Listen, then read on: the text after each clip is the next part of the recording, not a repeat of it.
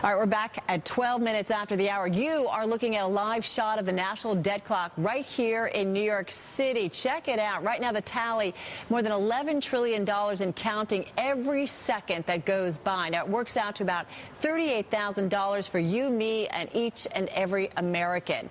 And just out today, the U.S. budget deficit hitting a record $1.27 trillion for the current fiscal year. And that's just so far.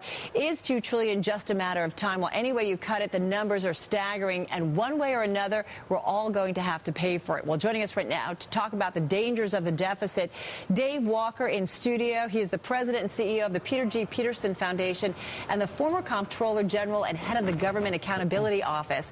Over in Boston, we've got Jeffrey Miron. He's a senior lecturer in economics at Harvard University.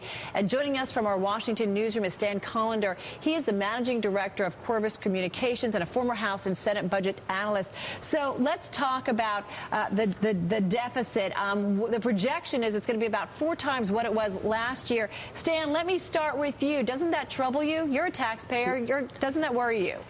Yeah, actually, it doesn't. I know David and I are going to disagree a little bit about this in terms of the long term, but short term, it's exactly the right fiscal policy for what's currently going on. The issue is not what's happening now or how big the deficit is this moment. It's what's going to happen when the economy starts to turn around. If you heard the previous interview with Jared Bernstein, he said once the economy turns around, the administration is going to have to turn on not a dime, but on $1 trillion. That's what we have to be watching for, not what's happening currently. All right, David, got any thoughts here? Well, the problem is not the short-term deficits, because a lot of that is because of stimulating the economy or dealing with unprecedented bailouts. We need to do that, although there's been a lot of money wasted on that, quite frankly. The problem is the almost $50 trillion in off-balance sheet obligations that we have, unfunded Medicare obligations, unfunded Social Security. And by the way, those aren't being addressed in any meaningful way by so-called health care reform. All right, so you're saying things are much worse than we're talking about. Professor Marmon, I want to bring you into this. Are things much worse than we're even talking about? Those numbers are pretty staggering. I think they are much worse. I agree that in the short term, the deficits are not a huge deal one way or the other. Whether you think they're good or bad, the short term is not the issue. But the long-term issue with Medicare and Social Security is huge. It's probably even worse than the existing projections. The issue for the administration's health care reform is that it's not reform. It's not going to control costs in existing programs or the new programs. It's just more government health care. So that means the deficit situations are probably much worse than anybody's admitting right now. Yeah, I think we have to keep in mind you can't reduce health care costs by expanding coverage. They're not taking on the tough issues. We have $38 trillion of unfunded obligations for Medicare already, and they want to expand coverage and just pay for it. When are we going to start taking steps that we can deliver on the promises we've already made? Stan, what do you think here? Because, there are folks out who say, this is certainly a problem we have to deal with health care, and that what we're talking about will eventually rein in some of those costs. I mean, already, you have somebody go to the emergency room, it's going to cost a heck of a lot more than if they did some planning ahead of time to kind of prevent, preventive care. I mean, what do you think here on this front?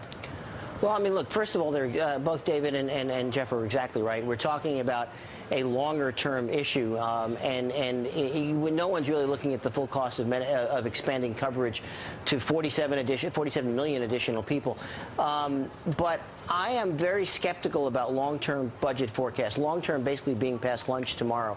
The world changes very, very quickly these days, and I cannot get exercised over 40 or 50-year projections when we're going to have trouble just getting through this year.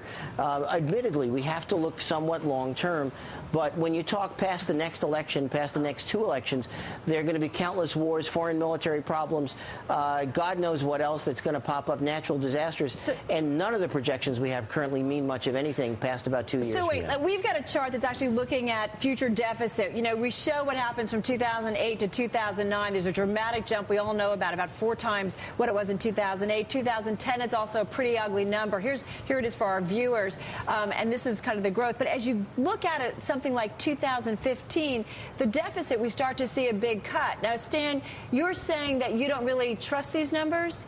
Well, certainly 2015, you're talking about 2 presidential elections are just about from now. And you're talking about a projection that's based on current law, not on what's actually likely to happen. You know, you can do a straight line extrapolation like that. I just don't think it means that much. But let me be, you know, clear. I'm not saying don't worry about it. I'm just saying I can't get exercised about how big the numbers look 20 or 30 years from now, because I just don't believe that they're going to be accurate. It could be much worse or much better. Let's talk about creditworthiness. The S&P downgraded the AAA outlook for the United Kingdom back in May. If you look at our deficits to GDP, debt to GDP, off-balance sheet obligations to GDP, foreign lending to GDP, savings to GDP, we're worse. Right. We're worse. Than the UK. We're worse but David, than the UK. David, how come the bond market isn't responding to that? Because we have home team bias and because people are myopic. Very myopic, and so are markets. Jeff, I want to bring you into this. If I can weigh in, I certainly agree that the long-term forecasts tend to be uncertain, but I think all of the biases in the process, all the biases in the politics are to understate how bad it's going to be. We do projections, say, of tax revenue from tax increases. By construction, the CBO is not allowed to take account of the dynamic response, so we always overstate how much tax revenue we're going to get from tax increases.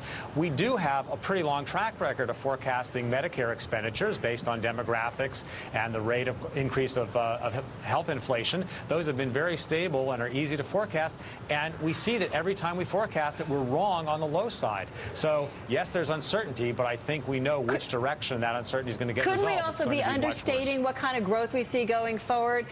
You know, let's assume that the economy eventually is going to get back on track and we start to see growth. I mean, it's going to change the equation, isn't it going to? Won't it? Sure it is, but in order to grow your way out of the federal financial hole, you would have to have double-digit real GDP growth every year for decades. It hasn't happened. The hole that we're currently in. The hole that we're currently in. I'm not talking about the deficit. I'm talking about the unfunded obligations. Look, President Obama was right when he said that we're going to have to make some tough choices on taxes, entitlement reform, budget controls. My question is, what's his plan to get us there? Stan, you know, the president hasn't really talked. I mean, a lot of people I hear, the thing that does bother them is they're saying there is no plan to cut the deficit. There's no plan out there. I mean, we're not hearing much on that front. Well, I mean, first of all, I would be shocked and surprised if the president was trying to muddy the political waters currently by talking about what he's going to do in 2 years or a year from now, you know, about the deficit. In other words, he doesn't have to propose a plan yet. He will do it probably in the next budget, which will come out next February. You know, let me just comment quickly on what David said. He's exactly right. We're not going to grow our way out of this. And what's going to happen is that the government's going to have to decide to stop doing some things. That is, it can't continue to do everything it's currently doing, expect to be able to raise taxes to pay for it, and for that to be politically acceptable. But understand what I'm saying. Some of the things the government's going to have to stop doing is going to be very difficult politically. All right. Sit tight, everybody. Stan, Jeff, David, we'll be back in a moment. We're talking about the dangers of the deficit on Bloomberg Television. 20 minutes after, we're back in 2 minutes' time.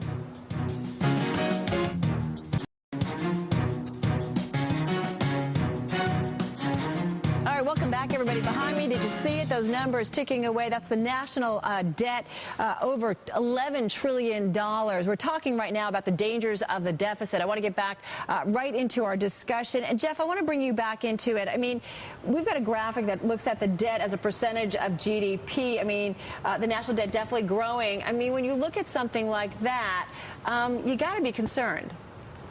Absolutely. And you have to be concerned in large part because a lot of what we're spending money on, in my view, is not especially productive. If we had a currently high debt and we were doing something with all that expenditure that was really making the economy productive, generating the revenue to pay back that debt, that's one thing. But I don't think that's the case. What specifically bothers you in terms of those expenditures? Okay, well, in my view, a huge amount of things. I think we're spending way too much on national defense, fighting wars that we're never going to win. I think we're spending way too much on health care in ways that are very similar to the ways the administration is emphasizing. They're absolutely right that there's a huge amount of waste in our current system. Where I disagree with them is how we're going to fix that. They want to fix it by giving out more health insurance. That's insane. I think we have to fix it by rolling back the existing health insurance plans. More co-pays, more deductibles, possibly a higher age of eligibility for Medicare and and things like that. Stan, but it's across the board. The problem is that the only two really, really big things are national defense and health. Stan, all issues that need to be dealt with in your view? Look, Jeff's exactly right. I mean, it's always better to borrow for something that will provide a return. No one would argue that a big mortgage is a bad debt as long as you've got enough to be able to make the payments every month and the value of the house is worth more than the value of the mortgage. The problem here, as Jeff suggested, is we're borrowing for things that don't pay a return in terms of dollars. Now, you've got to understand that there are other reasons the government, especially the federal government, spends, and defense is one of them. That's about as pure a public good as you could possibly get. Your sign over here, David. I mean, if you look at healthcare, we spend double per capita of any other nation on earth. We have below average results, the highest uninsured population. It's not a matter of money. We're spending too much money. We need to dramatically re-engineer the system. And by the way, we've already got a house. If you want to count the healthcare system as a house, it's already mortgaged for more than it's worth. We're not trying to figure out how we're going to be able to pay that money. All right, so you guys, it seems like there's at least a consensus that there's too much spending going on generally. And it's not just this administration. It's been going on for several years. Let's talk about what we need to do going forward. I mean, Stan, is it a case that we have no doubt about it, we can't avoid raising taxes here to get out of this? No, look, I mean, first of all, there's always two ways to fix the budget, and one is to cut spending, the other is to increase taxes. My guess is it'll be a combination of both. And, you know, as I said a few minutes ago, the government's going to have to be facing some difficult choices about stopping to do some things. Does it really need to spend as much on agriculture or, as David suggested, on health care? You know, there are some things that it's just not going to be able to do unless people are willing to tolerate these deficits, which at some point, David's exactly right. One of the people lending us money is going to say, no, Moss, we're not lending you anymore. That will create a huge problem economically. You're talking about the Chinese, right? The Chinese, the Japanese, the Saudis, the UK, the Norwegians, the South Africans, anybody who lends us money. Jeff, we've just got a few seconds left here. I mean, the deficit, though, a necessary evil to kind of get to this point, get the economy going again, and then we've got to address it. Well, I mean, part of the deficit is the necessary evil or the allegedly necessary evil, but a huge part of the deficit are these longer-term things that we've not made decisions about. I totally agree with Stan. We have to start thinking about making choices, and the tone from Congress and administration has been that we don't have to do that, that somehow there are these magic bullets out there that are going to reform health care and save money while covering 45 million more people. That's just fantasy, and we have to get past that before we can have reasonable discussions. All right, but health care has been costing a lot of folks here, you know, a lot of money, David. We've got to do something with the plan. We do, but we need a health care plan that will save us money, not cost us money. We need to not just pay for health care expansion. We need to make a big down payment on the tens of trillions in unfunded obligations we already have. You know, look, I'll gladly pay you Tuesday for more coverage today, but Tuesday never comes. All right, we could go on forever about this, but we got to run. Dave Walker, Jeff Myron, and Stan Collender, thank you so much for talking about the deficit. We appreciate it.